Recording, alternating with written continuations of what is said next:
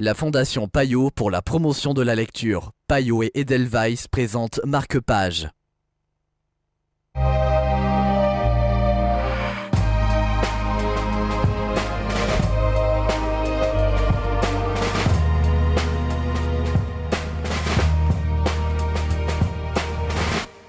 Bienvenue dans Marque-Page, le géant enfoui de Kazuo Ishiguro. C'est le livre dont nous allons vous parler aujourd'hui, en compagnie d'Amandine Glevarec de Payot Libraire. Bonjour Amandine. Bonjour.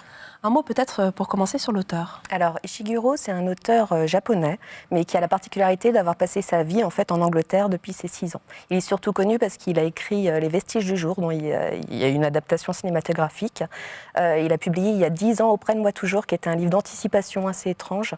Et donc ce livre, Le géant enfoui, était vraiment très attendu parce que ça faisait longtemps qu'on n'avait pas eu le plaisir de lire cet auteur.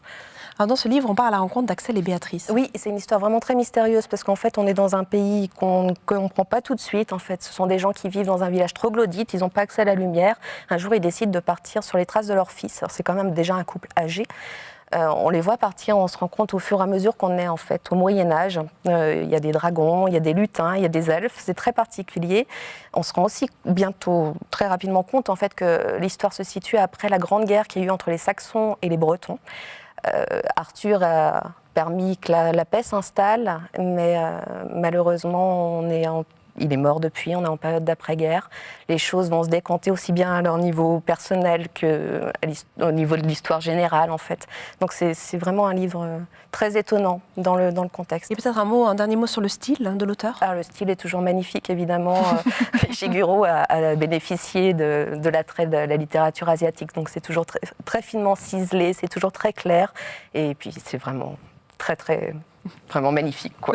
Un livre que je recommande. Merci beaucoup Amandine. Presque un conte, une histoire fantastique, médiévale, avec des influences japonaises. Courez retrouver ce livre chez votre libraire. Marque-Page, c'est terminé. Mais vous le savez, le fantastique, on aime rêver. Et on en a encore envie ici dans Marque-Page et ça reviendra très vite.